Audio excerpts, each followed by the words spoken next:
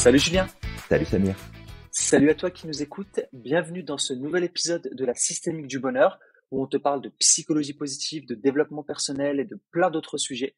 Et aujourd'hui on te vient avec un tout nouveau sujet, alors Julien on parle de quoi aujourd'hui? Alors aujourd'hui, en fait, on a une question, peut-être une affirmation qu'on entend parfois. Bah, un coach, ça sert à rien. Parce qu'un coach, Mhm. tu sais, c'est juste quelqu'un qui va te donner des conseils, puis qui va te dire quoi faire de ta vie, alors qu'il te connaît pas, alors qu'il sait pas qui tu es, alors qu'il sait pas comment tu fonctionnes. Et puis ça se trouve, ce qu'il va te dire, ça marche pas pour toi non plus parce que c'est un truc qu'il a appris dans les bouquins. Donc un coach, ça sert à rien. Mhm. Ou Exactement, c'est une peut-être très que ça très bonne sert. question que tu poses.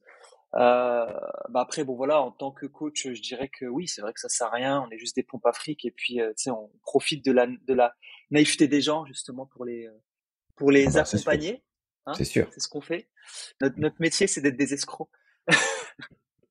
Non, bien sûr que non, hein, tout ce qu'on dit là, c'est pour plaisanter et amplifier. En fait, on va juste te parler du métier de coach et tu sauras, toi, au final, tu te feras ton idée de est-ce que ça sert ou pas. Ouais, c'est une bonne idée. Hmm. Je C'est pense une que bonne ça peut idée être parce que c'est intéressant. vraiment propre à chacun, de toute façon. Ouais, c'est ça. C'est Chacun exactement sa ça. vision de la chose. Peut-être avant que tu vas nous introduire ce sujet, Julien. Déjà, nous, le truc, c'est que on est des coachs et on a une approche PNL. Donc ça, c'est aussi intéressant de le Et souligner. systémique, important de le souligner. Et systémique, exactement. Mhm. Et du coup, Julien, peut-être que tu pourrais nous parler un petit peu de la PNL et de la systémique? Oui, bien sûr. On va effectivement parler de ça. J'aurais quand même envie de corriger un point tout de suite sur un petit peu le discours que je tenais tout à l'heure et qui est en fait un Mhm. discours qui est souvent tenu, hein. Ouais. Il y a un truc à comprendre sur le coaching et puis même toi qui nous écoutes, si jamais tu avais le goût de devenir coach un Mhm. jour, peu importe la formation que tu pourrais suivre, c'est pas parce que tu aimes donner des conseils que tu vas faire un bon coach. C'est pas parce Exact. que tu trouves des solutions pour les autres que tu vas devenir un bon coach.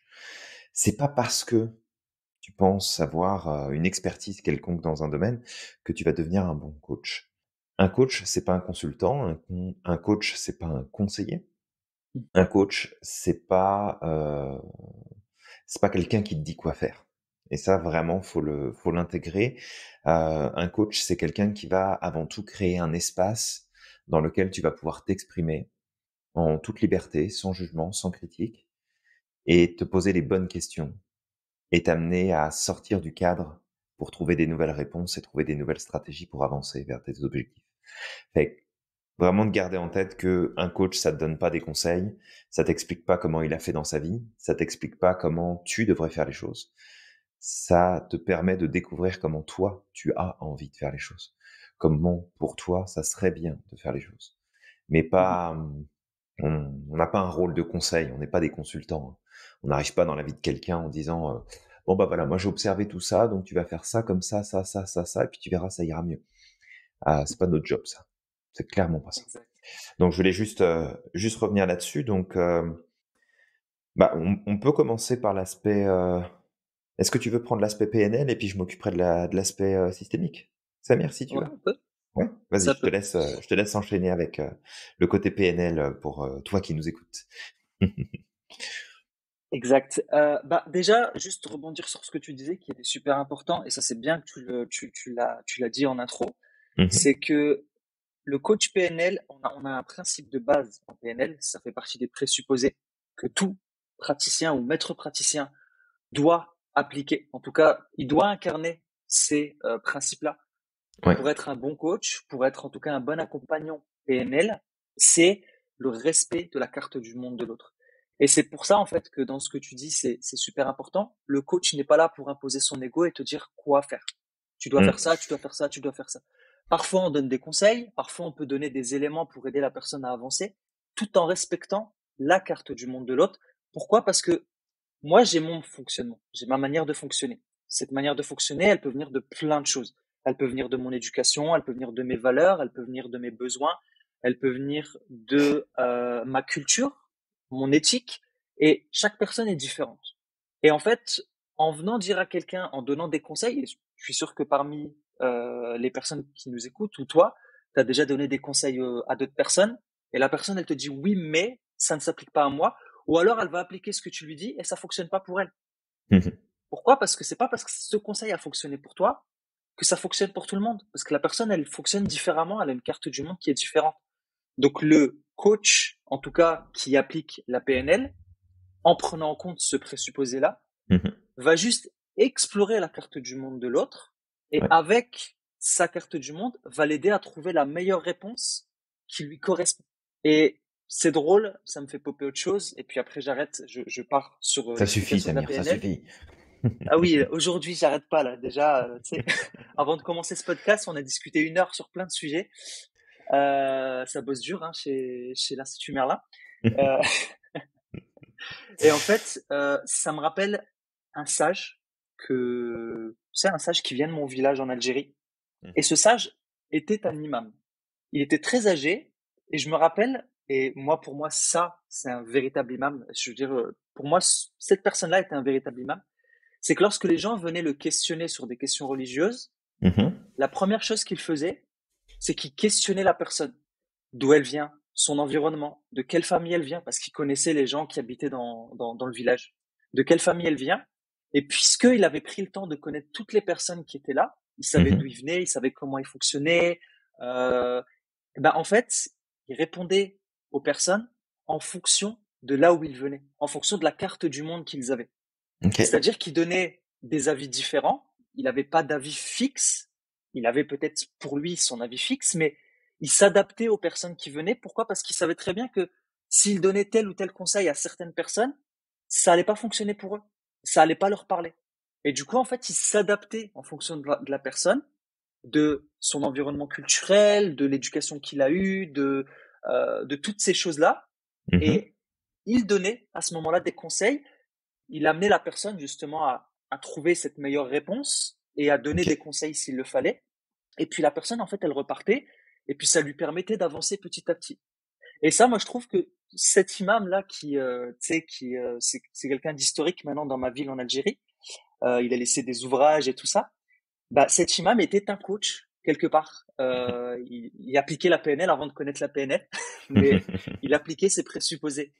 Et en fait, voilà ce que fait réellement un vrai coach PNL. Si demain tu vois quelqu'un qui vient et qui dit, écoute, tout ton mode de vie, tu le mets à la poubelle et c'est moi qui va te dire comment faire, c'est peut-être pas la bonne personne qui va t'accompagner.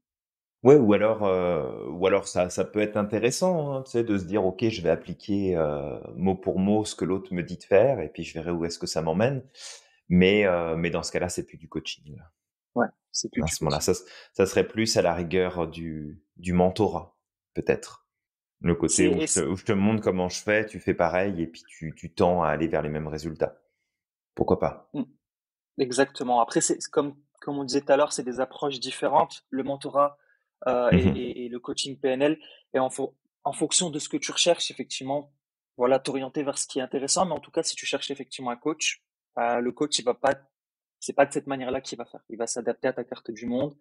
Il va prendre le temps de t'écouter et t'aider à trouver la meilleure réponse. Tout à fait. Euh, du coup, bah, je vais expliquer ce qu'est la PNL et puis après on pourra développer. Mmh. En fait, la PNL, c'est 3 mots. C'est programmation, neuro et linguistique. Programmation, bah, pour l'ensemble des programmations mentales que nous avons. Neuro, bah, c'est pour le fonctionnement de notre cerveau, comment Mmh. fonctionne notre cerveau. Et linguistique, bah, pour la linguistique qui a été à la base l'un des éléments fondateurs ou peut-être l'un des éléments centraux de la PNL parce que c'est basé sur des études scientifiques où des linguistes justement ont essayé de regarder un petit peu comment notre langage pouvait influencer nos résultats, mais aussi aider à comprendre comment ça fonctionne dans notre tête, dans la cabeza. C'est en haut là. Parce que les mots que tu vas utiliser, la manière dont tu vas t'exprimer, etc. Et déjà, si tu as cette capacité d'écoute, cette capacité d'analyse, tu es capable d'analyser ce qui se passe dans le cerveau. Et donc Exact. ça, c'était et ça a été développé du coup par John Grinder et Richard Bandler. John Grinder qui était linguiste et psychologue. Mmh. Richard Bandler, lui, venait donc du monde de l'informatique et était mathématicien aussi et praticien en gestalt thérapie, donc qui était une ancienne thérapie qui donnait déjà pas mal de résultats, il me semble. Et Mmh. c'est Ouais. aussi un Elle est peu, toujours d'actualité, hein, d'ailleurs. en fait, elle a été développée du coup la PNL aux États-Unis, en Californie, il me semble, à Palo Alto, si je me trompe pas. Ah oui, effectivement, il y a l'école du Palo Alto qui a été développée, par, Gregory Bateson, justement et qui s'est beaucoup inspiré sur les découvertes, des années 60, hein, qui ont été faites autour de la cybernétique et de la linguistique. Et en fait, ils ont été chercher de l'information, apprendre auprès justement de ces experts à l'époque pour mieux comprendre comment modéliser. En fait, c'était ça leur travail, hein, c'était de Mmh, modéliser la réussite, le succès, le fait que il y a des gens qui réussissent et d'autres qui réussissent pas, de comprendre d'un point de vue peut-être un peu plus mathématique, s'il y avait une formule, s'il y avait une stratégie spécifique qu'on pouvait reproduire. Le côté scientifique, hein, je regarde ce qui se passe, j'épure au maximum, je ne garde que ce qui fait réellement la différence. Et ensuite, normalement, si je réapplique à la lettre, je devrais obtenir le même résultat. Donc c'était le but de la PNL, hein, c'était de modéliser avant tout ce qui fonctionnait et de passer par la linguistique pour comprendre justement toute la cybernétique de l'individu et, euh, et le côté systémique. Mais on va en parler juste après. Donc, mmh, euh, donc c'est ça, dans les grandes lignes. exact. Ça, c'est cool. Du coup, bah, c'est super, Julien, parce que tu parles justement de la modélisation. Et la modélisation, c'est Mhm. aussi quelque chose qui est central dans la PNL, parce que justement, la PNL s'est construite sur la modélisation de figures qui viennent de la psychologie, qui viennent de la psychiatrie, qui viennent d'autres sciences, Mhm. et qui avaient énormément de résultats. C'est parti des meilleurs à leur époque, Tout à fait. Ouais. comme Virginia Satir, Milton Erickson, qui avaient révolutionné justement leur domaine à leur époque. Mhm. Et après avoir modélisé justement leur réussite, comment ils font pour avoir du résultat avec leurs clients, bah, en Mhm. fait, ils ont implémenté ça dans la PNL et ça a donné une discipline aujourd'hui qui peut s'attaquer à énormément de choses. Très très grosse diversité d'interventions qu'on a grâce à la PNL. Exact. Ouais. Et donc voilà, donc ça, c'était en quelques mots d'expliquer d'où vient la PNL. Et du coup, bah, en fait, la PNL, ça peut s'utiliser dans plein de choses, mais on te fera peut-être un autre podcast dans le futur à ce sujet-là, les différents domaines d'application de la PNL. Moi, tout à fait, on pourra en parler, ça Aujourd'hui, sera intéressant. ouais. Et aujourd'hui, on va parler du coup principalement du métier de coach. Et c'est là, en fait, où effectivement, bah, la PNL a tout son intérêt dans le métier de coach. Oui, oui, oui, complètement. Et il y a l'aspect systémique aussi Ouais, qu'on va beaucoup l'aspect chercher. Hein. systémique. De toute façon, c'est l'approche qu'on enseigne à l'institut parce que il y a effectivement le coach PNL, donc on va dire la PNL classique avec tous les apports de la PNL. Et puis après, on a le côté systémique qui a été finalement développé par la suite et qui est une approche qui permet de prendre l'individu dans tout son ensemble. Tu sais, tu faisais référence à l'imam de ton village en Algérie. La systémique, c'est de prendre en compte l'individu dans tout son écosystème, à la fois interne et externe, et de comprendre un petit peu comme un décodage de l'individu, comment est-ce qu'il fonctionne, comment est-ce qu'il interagit avec son environnement, comment son environnement l'influence, et comment son environnement intérieur l'influence aussi dans son mode de fonctionnement. Donc c'est un peu comme regarder le fonctionnement d'un individu dans toutes les dimensions possibles. Une dimension externe, une dimension interne et une dimension d'interconnexion finalement entre ces deux espaces et de voir comment est-ce qu'ils interagissent et qu'est-ce que ça amène, qu'est-ce que ça apporte. Donc un coach et encore plus un coach systémique, il nous permet à travers le pas grand-chose de ce qu'il fait, parce qu'en vrai, un coach, ça fait pas grand-chose. Un coach, ça Mm. crée un espace, ça guide, ça pose des questions, ça amène dans des réflexions, mais c'est à nous, en tant que clients, de faire le plus gros du travail dans tout ça. Mais dans le peu qu'il fait, eh bien, en fait, le coach permet de faire des prises de conscience et de remettre en lumière justement ces interactions qui existent en nous en permanence entre ce qu'il y a dedans, ce qu'il y a dehors, ce qui se passe dans l'espace de l'entre-deux et comment on peut venir modifier les choses de façon à avoir des nouveaux résultats, à aller dans des nouvelles directions, à obtenir des changements qui sont parfois impressionnants. Et c'est là, en fait, où toute la magie du coaching peut opérer. C'est quand on prend en compte, non pas un objectif en se disant, «Oh, je vais mettre une stratégie, puis tu vas passer par là, et puis tu vas voir si tu appliques, ça va marcher», mais plus, on y va progressivement, on peut appuyer avec des outils pour accompagner, mais ça va être d'aider l'autre à prendre conscience des connexions qui se passent et comment en changeant finalement, un peu comme si tu débranchais un truc et que tu le rebranchais dans une autre prise, comment ce Mmh, changement-là aussi simple peut faire une différence incroyable en fait dans une vie. exact. Ça, c'est super et justement, c'est là l'intérêt, bah, des présupposés dont on parlait quand tu dis que on essaie de voir l'individu dans son ensemble. Parce que Mmh. souvent, c'est un peu ça le problème, c'est que lorsque tu prends un individu et tu le juges comme ça, tu sais, de toute façon, on voit le monde à travers le trou d'une paille. Tout à Donc, fait, très souvent, tu vas juger les comportements d'un individu ou ce que va faire un individu à travers juste ce petit spectre que tu vois de cet individu. tout à fait. Et en PNL, on a des notions qui sont très intéressantes en tant que coach PNL, c'est le non-jugement, l'écoute active et après on a un ensemble d'éléments parce qu'on connaît aussi un petit peu le fonctionnement du cerveau, en tout cas certains types de programmation, d'aller explorer un peu comment fonctionne l'individu, comme tu dis, dans son ensemble. Et c'est uniquement à travers, une fois qu'on a tous ces éléments-là, qu'on peut aider l'autre à trouver ses propres réponses. Et c'était intéressant quand tu disais aussi que un bon coach ne fait rien. Mmh. Bon, quand on dit il ne fait rien, c'est que Mmh. son seul rôle, c'est de t'accompagner. C'est-à-dire que il va voir, OK, c'est quoi ton problème? Il va explorer ta carte du monde, il va regarder là où ça peut bloquer. Et à ce moment-là, le coach, c'est qu'il va te questionner où il va mettre tu sais, le curseur sur là où ça peut bloquer et Mmh. t'amener à voir le problème d'un angle différent. J'aime bien cette métaphore, mais il faut savoir qu'à certains moments, quand tu vois le monde en gris et que tu as l'impression que tu ne peux plus avancer, Mmh. souvent, c'est que tu es trop proche de l'éléphant. Bah, le Exactement. coach, ce qu'il va faire, c'est qu'il va tu sais, il va te prendre et puis il va te reculer un petit peu de cet éléphant et te dire, bah, regarde dans l'ensemble ce qu'il y a. Et tu vas être capable à ce moment-là de voir les choses sous un autre aspect, d'un Mmh. autre point de vue. Et le fait de le voir d'un autre point de vue, ça va te permettre de trouver des solutions à ce moment-là. Exact. Et tu vois, j'ai un point qui me vient en tête et qui est important, c'est le travail du coach, ça va clairement pas être de rentrer dans les explications du pourquoi, du comment, tu vis ce que tu vis et pourquoi tu en es là. Mmh, Parce que une des règles que le coach doit respecter dans son travail pour avoir un maximum d'efficacité, c'est de pas partir dans la même direction que toi.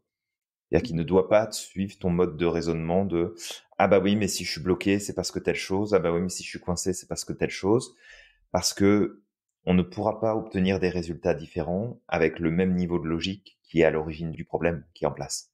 Fait exact. qu'on se doit de sortir de cette vision-là.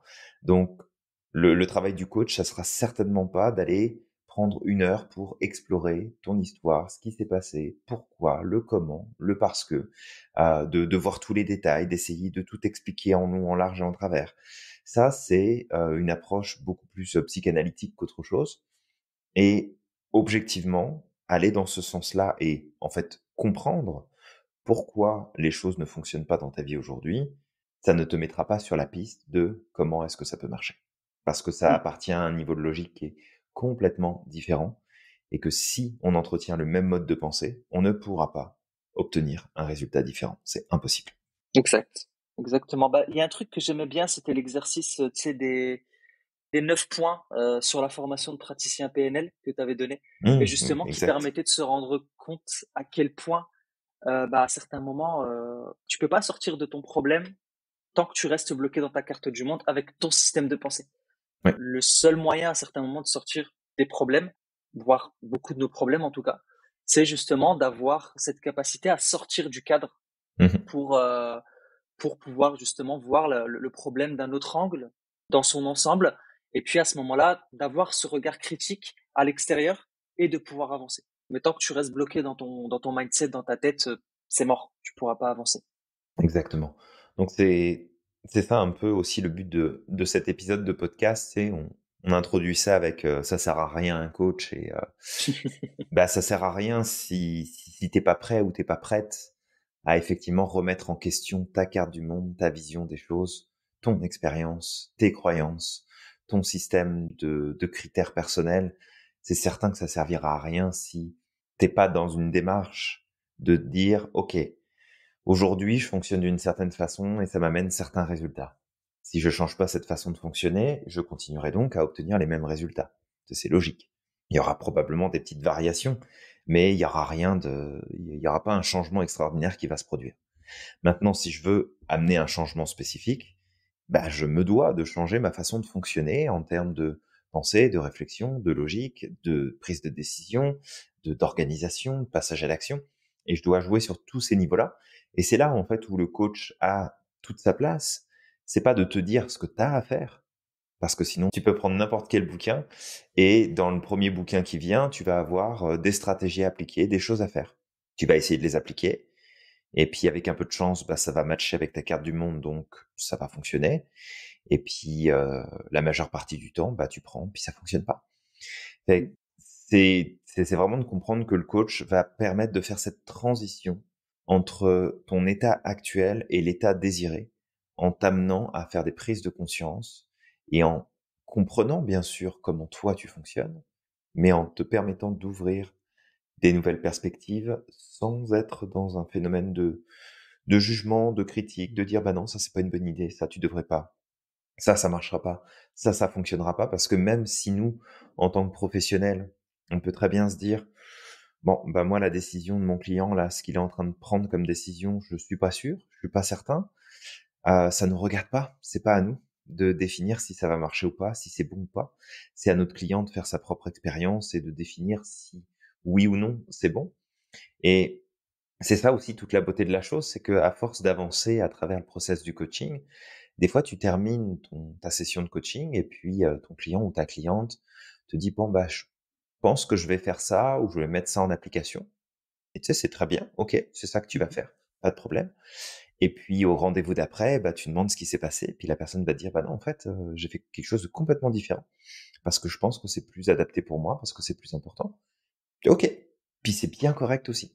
Fait que c'est vraiment de comprendre que le coach, il a pas un rôle de conseil, il a pas un rôle de dire qu'est-ce que tu dois faire ou pas, si c'est bon ou pas pour toi. Il est là pour t'aider à faire tes prises de conscience, t'amener à te poser les bonnes questions et à observer les choses sous le bon angle pour pouvoir avancer efficacement. C'est super, Julien, ce que tu nous apportes là. Et en fait, le coach PNL, faut savoir que il peut s'attaquer à plein de sujets, en fait. Il va aider la personne à avancer dans son ensemble. Tout à Mmh l'heure, on parlait de ce que voulait dire la programmation neuro-linguistique. Il y a programmation et neuro. Programmation, donc, c'est l'ensemble de nos programmations mentales mh. qui Mmh. proviennent de plein de choses, notre éducation, notre culture, là où on a grandi, énormément de choses. Et neuro, c'est le fonctionnement de notre cerveau. Le coach PNL va aussi t'aider, en tout cas en te questionnant, en observant. Il va t'amener à comprendre comment fonctionnent tes programmations mentales. Mmh. Et du coup, forcément, à comprendre quelle programmation, jusqu'à aujourd'hui, t'a empêché d'avancer. Exact. Et neuro, bah, le fonctionnement de ton cerveau. Si tu sais comment fonctionne ton cerveau, tu peux agir dessus. Tu peux dire, ah bah tiens, en fait, regarde, si je m'énerve à tel moment-là, c'est peut-être par rapport à ça. Si je réagis de cette manière, si j'ai peur, bah en fait, c'est par rapport à ça. C'est parce que le cerveau fonctionne de cette manière, etc., etc. Et ça peut, à ce moment-là, t'amener à avancer et à trouver des solutions à ce moment-là parce que tu ne te laisses plus gouverner par ton émotionnel, comment fonctionne ton cerveau, par tes programmations, mais tu deviens un acteur parce que tu sais ce qui te dérange. Exact. Et c'est là justement qu'on la PNL, elle peut aider à avancer dans énormément de domaines. Ça peut être sur, tu as un objectif, tu veux avancer vers cet objectif-là, on va t'accompagner de A à Z sur cet objectif en partant, par exemple, de tes programmations mentales parce que, tu sais, on parlait par exemple la dernière fois du mindset de riche et du mindset de pauvre. Ouais. Ben, si des pauvres restent pauvres toute leur vie, c'est parce que le mindset, leur programmation mentale au départ, est pas bon. Et c'est ce qui va faire que même si demain, toi, je te donnais 1 milliard et que tu avais 1 milliard sur ton compte, si tu gardes le même mindset, tu as toutes tes chances dans 10 ans pour perdre ces 1 milliard. Mmh. Exact. Bah, d'ailleurs, c'est ce qui se passe beaucoup, chez les personnes qui vont gagner beaucoup d'argent au loto et Mhm. à la loterie, peu importe quel jeu ils font, ou même au casino, ou peu importe et que, bah, très, très souvent, en fait, quelques années plus tard et des fois ça prend pas plus que 2 3 ans, on se retrouve dans les mêmes conditions financières qu'au départ. Exact. J'ai d'ailleurs un exemple, j'ai un collègue qui était dans l'entreprise où je travaillais à l'époque et il y a eu une restructuration à un moment et en fait, il est parti avec un gros chèque. Heureusement, les syndicats s'étaient pas mal battus et ce qui a fait que les gens qui ont été, mis à la porte de l'entreprise parce qu'il y avait cette restructuration, sont partis avec un très beau chèque et cette personne-là travaillait depuis quand même pas mal d'années et il est parti avec un chèque de, il me semble, 6 chiffres et en fait, c'est drôle parce que 4 mois après, il est revenu rendre visite à ses collègues et il nous a expliqué qu'en fait, il lui restait quasiment plus rien dans son compte bancaire. OK. Ils ont tout grillé en 4 mois. Et tu sais, je me posais la question et je me disais, mais comment il a fait en 4 mois? C'est 6 chiffres. Mais Bah, en ça fait, va c'est vite, hein. ça. Ça va très très vite. Et si t'as pas le mindset, justement, qui va te permettre d'être dans une pensée de riche, t'auras beau avoir toutes les richesses du monde, tu vas les dilapider en très peu de temps. Oui, du coup, tu vois, Samir, ça me fait penser à notre groupe de coaching qu'on a là sur 1 an. Le principe des habitudes. Prendre conscience, par exemple, que nos habitudes sont l'un des premiers leviers, en fait, sur les résultats qu'on obtient au quotidien. Et que si je ne change pas mes habitudes du quotidien, bah, j'aurai nécessairement toujours les mêmes résultats. Ça changera rien. Et un des principes, justement, du coaching, c'est d'aider à prendre conscience de ce genre d'éléments pour se dire, mais OK, en fait, cette habitude que j'ai de réagir de cette façon-là sur ce sujet, cette habitude de penser, de réfléchir, de décider de cette manière-là, voilà jusqu'où ça m'a emmené jusqu'à aujourd'hui. Voilà les résultats que ça m'apporte jusqu'à maintenant. Et que si je ne change pas ça, bah, je peux essayer en fait d'appliquer toutes les stratégies du monde pour atteindre un résultat. Il ne se passera rien. Et Mm. c'est là en fait vraiment tout le pouvoir et toute la magie d'un coach, c'est comprendre que le coach, en fait, il n'a pas nécessairement besoin d'avoir une spécialité particulière parce que son travail, c'est de permettre à son client de sortir de son mode de logique et de pensée et d'explorer des nouveaux territoires. Donc en fait, un coach peut intervenir sur n'importe quel sujet. Ça n'a pas d'importance. Il y a des règles à respecter si tu interviens pour un individu seul ou pour un couple ou pour une famille ou pour un groupe. Donc c'est certain qu'il y a des approches qui vont varier, mais au-delà de ça, toi en tant que coach, la seule expertise dont tu as besoin, c'est ton expertise à travers, bah, ton approche et si c'est l'expertise systémique comme celle qu'on enseigne à l'institut, bah, c'est d'avoir cette capacité à faire de l'ingénierie inversée sur l'individu, son environnement interne et externe, les interactions qui existent entre tous ces points-là et d'aider le client à faire ses prises de conscience et à modifier ses interactions pour avoir des nouveaux résultats. Voilà, c'est ce qui me vient en tête, je voulais le partager. Ouais, c'est bien justement que tu mentionnes que le coach peut intervenir dans énormément de choses différentes. Ouais. Ça, c'est vraiment cool. Et bah, peut-être la question que j'aimerais te poser toi, Julien, et ça va peut-être parler aux personnes qui nous écoutent. Toi, ça t'a permis quoi de te faire coacher? De changer de vie. Ouais.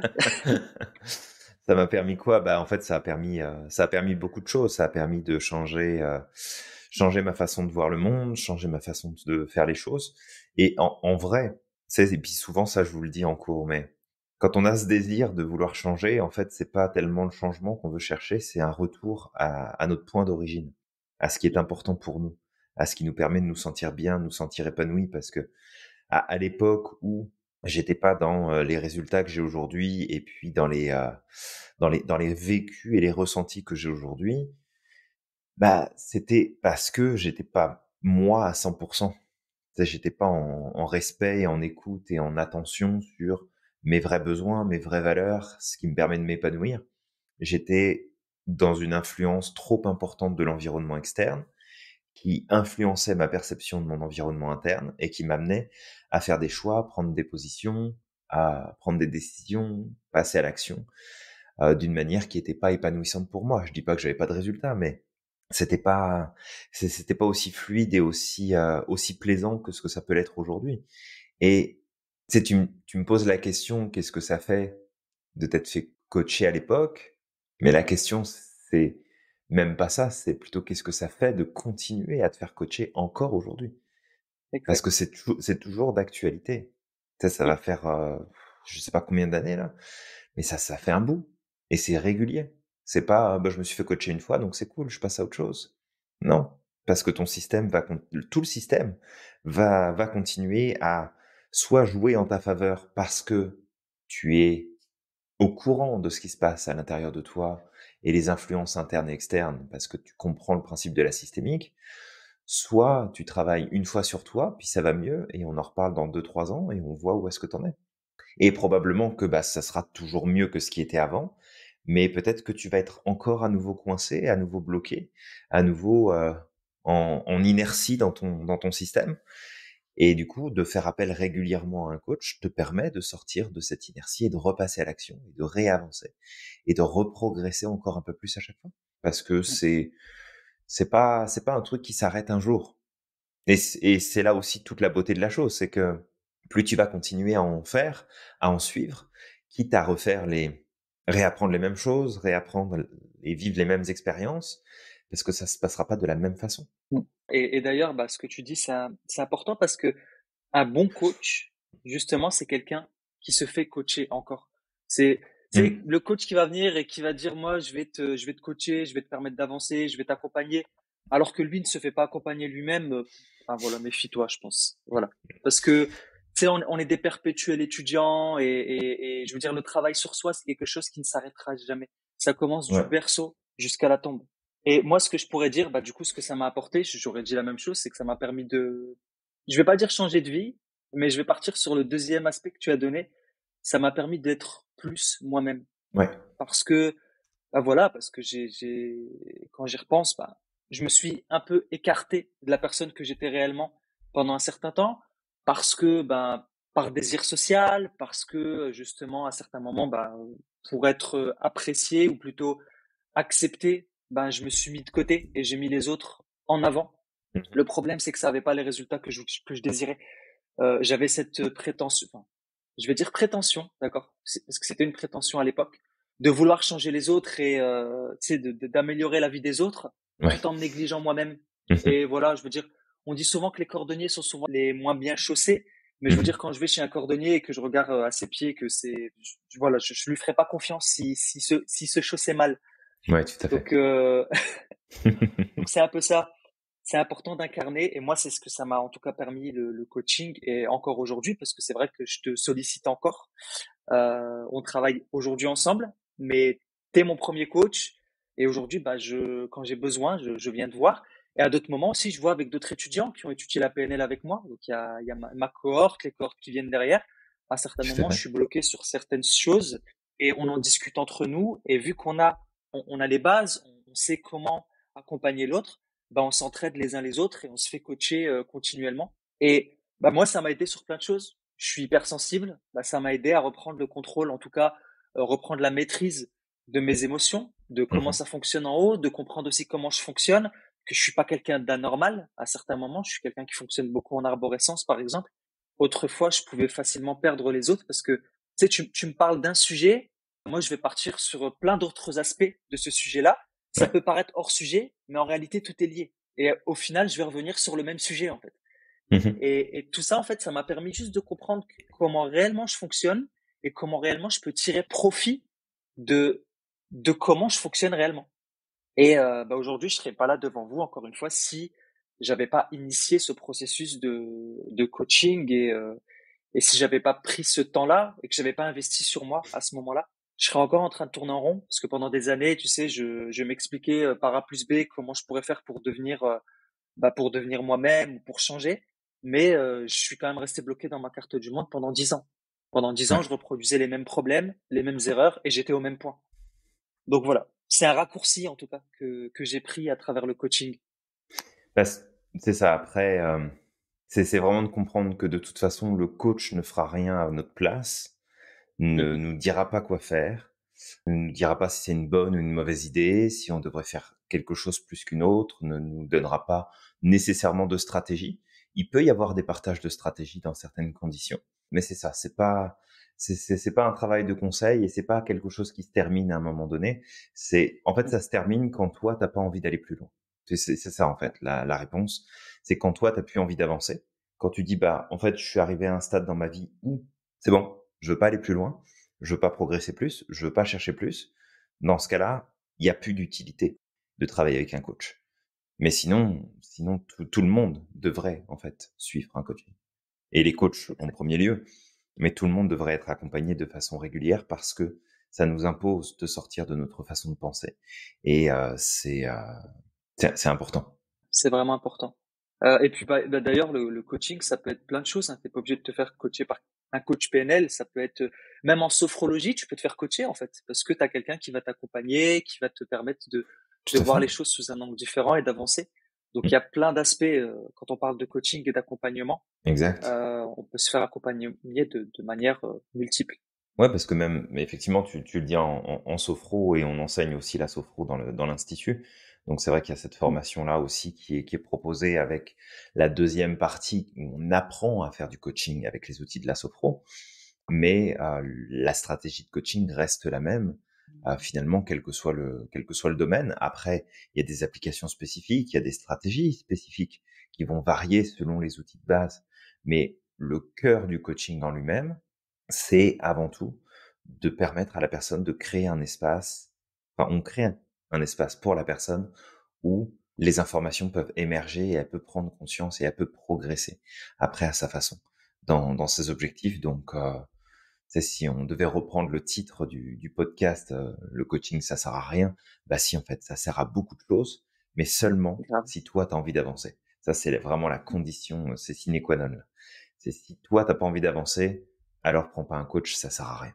Exactement, ouais. Pour revenir à ce qu'on disait tout à l'heure, le coach ne fait que t'aider à développer ta pensée, à voir les choses différemment et il t'aide à trouver tes réponses. C'est pas lui. Mmh. Bien sûr qu'il y a des partages de stratégie comme quand je me suis fait coacher pour mes émotions.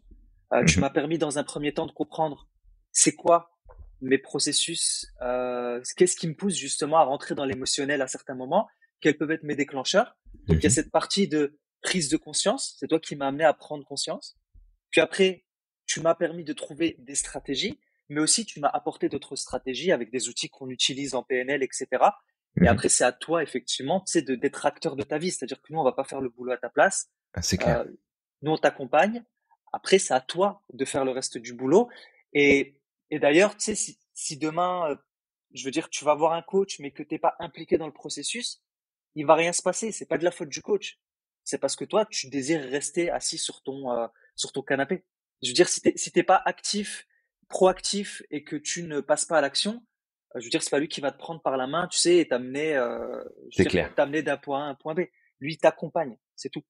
Exactement. Ça pourra pas ça ira, en fait, à la vitesse où toi, tu décides d'aller. Mhm. C'est ça. Ça pourra pas aller plus vite, pas aller moins vite. Le coach va à ta vitesse à toi. Donc, ça va dépendre surtout de toi. C'est pour ça que souvent on dit que le métier de coach, c'est un métier où on fait rien. C'est parce que on n'est pas un moteur, on n'est pas un starter, on n'est pas un motivateur ou une motivatrice. On est là pour accompagner sur le chemin que tu vas décider de prendre, pour te faciliter, oui, l'avancement sur ce chemin-là. Mais voilà, si ça va vite avec un coach et moins vite avec un autre, bon, c'est peut-être parce qu'il y a une différence de qualité de coaching entre les deux, possiblement, mais il y a quand même une grande Exact. partie de responsabilité de ton côté sur est-ce que toi, tu vas vite ou est-ce que tu y vas lent. Et Exact. c'est correct, chacun a son rythme, pas d'urgence C'est là-dessus. ça. Chacun avance à son rythme, exactement. Et bah, tu vois, en fait, j'aime ça quand tu dis que le coach ne fait rien. Et d'ailleurs, on utilise beaucoup la maïotique socratique. La maïotique, justement, tu sais, c'est l'art d'accoucher les esprits. Mmh. Et on considère que chaque personne a les réponses en lui. C'est juste qu'il a besoin d'être accompagné pour réussir à accoucher de ces réponses-là. Le coach, il est là pour sublimer la réelle personne que tu es parce qu'il va t'aider justement à, je vais prendre une métaphore, c'est la métaphore de Michel-Ange qui, lorsqu'une personne est venue te voir et lui a dit, bah écoute, t'as énormément de talent dans ce que tu fais. Alors c'est une métaphore. T'as énormément de talent dans ce que tu fais. Enfin, les sculptures que tu fais sont extraordinaires. Et Michel-Ange qui répondait, bah en fait, moi, j'ai rien fait. La sculpture, elle était déjà là au départ. Elle était dans le bloc de marbre. Elle se cachait dans le bloc de marbre. J'ai juste enlevé le marbre qui est en trop. Ça, c'est le métier de coach. Nous, on t'aide à enlever Mmh. le marbre qui est en trop Tout et à de fait. redevenir la véritable personne que tu Ouais, exact. es. Bah, écoute, je pense qu'on a fait le tour du sujet qui, en tout cas, on espère, toi qui nous écoutes, que ça te paraît un petit peu plus clair, justement, ce métier coach parce que, bah, il y a un c'est bon, on va se le dire là, c'est un terme qui est très à la mode, qui est Mmh. utilisé, à toutes les sauces dans toutes les conditions et de bien comprendre que un vrai coach, voilà, ça te donne pas de conseils, ça te dit pas quoi faire, ça te répond pas, quand tu lui demandes la question: «Est-ce que c'est une bonne idée?» Il va pas te dire: «Bah, oui ou non». Il va te reposer une question derrière pour savoir toi, qu'est-ce que tu en penses?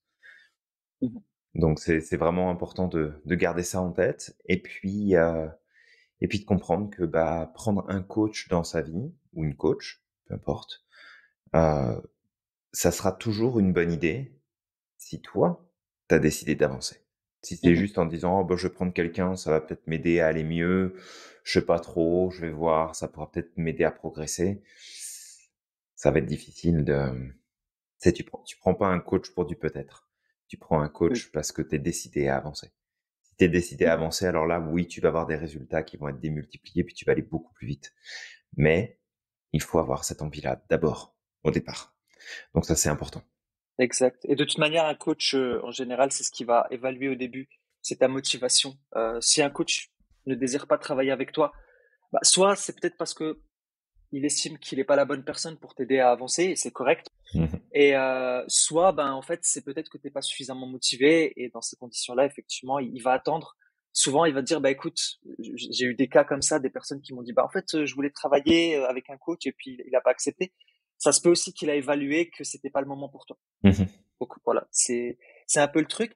Et juste avant qu'on termine ce podcast, parce que tout à l'heure tu disais qu'un coach, ça peut être normalement tout le monde devrait avoir un coach. Mmh. Alors en Bah, ça peut être Europe, une on bonne est idée. ouais, ça peut être une bonne idée. Exactement. Et bah en fait, en Europe, peut-être qu'on n'est pas encore très habitué à ça, mais Mmh. quand je suis arrivé aux États-Unis, bah, je me suis rendu compte que même dans les universités, ils ont des personnes qu'on appelle des counselors. Dans quasi toutes les universités ici aux États-Unis, ils ont des counselors, donc c'est des conseillers, des consultants, des Mmh. accompagnants. Ouais, Et en fait, c'est des personnes qui sont là pour t'accompagner justement, pour te coacher quand tu en as besoin. ouais. Et ici, c'est, je veux dire, en Amérique du Nord, ils sont beaucoup plus en phase avec ça, ils sont beaucoup plus développés dans ce domaine-là. Et ils ont moins de mal justement à passer, je veux dire, à demander l'aide d'un coach et de se faire coacher. En Europe, c'est nouveau, on va dire que c'est un peu, bon, c'est pas réellement nouveau parce que, je veux dire, ça existe depuis la nuit des temps. Si on prend Socrate, Socrate était un coach quelque part à son époque, Mmh. Ouais, à sa façon, ouais, tout à fait. à, à sa façon. Mais effectivement, le métier de coaching tel qu'on le connaît aujourd'hui, bah, en Europe, c'est peut-être un peu récent, nouveau, et il y a des gens qui voient pas l'intérêt de mettre de l'argent dans un coach, mais clairement, pour l'avoir expérimenté, Ouais. c'est vraiment un raccourci que tu prends, quoi. Il y a des personnes que j'accompagne aujourd'hui et je veux dire, je vis des expériences extraordinaires avec eux parce que je vis le processus avec eux. Et Mmh. c'est très beau. Il y a des moments où je finis mes sessions, tu sais, je veux dire, c'est riche en émotions. Ouais. Et et en fait, ils me disent à certains moments, non, mais c'est ouf en fait que qu'on n'a pas pu connaître ça avant. Ça devrait être enseigné dans les, enfin, on devrait être accompagné déjà à l'école pour pouvoir avancer comme ça. Ouais. Et ils se rendent compte qu'en fait, aujourd'hui, à leur âge, bah, ils ont pu travailler sur eux, mais qu'il y a d'autres personnes qui aujourd'hui, tu sais, ont 80 ans, 90 ans et avancent encore dans leur vie et qui tournent encore dans les mêmes processus et qui ont les mêmes problèmes. Parce que justement, ils n'ont pas eu cette chance de se faire accompagner. Ouais, tout à fait et tu vois, je voudrais apporter une petite précision. Tu disais te payer un coach, mais l'argent que tu mets, en fait, c'est en toi que tu le mets. Exact. Parce que c'est pas en fait, c'est pas vraiment un service que tu payes. Ce que tu payes, c'est l'opportunité pour toi d'avoir un espace dans lequel tu vas pouvoir grandir et progresser à vitesse grand V. Fait que c'est un investissement en toi, t'investis pas dans un coach, t'investis en toi-même à travers un coach comme t'investirais en toi-même à travers une formation, à travers un livre, à travers un programme, ce que tu veux. C'est un Mmh. investissement en toi-même que tu fais. C'est pas de C'est l'argent ça. dépensé parce que de toute façon Ah, de manière quasi,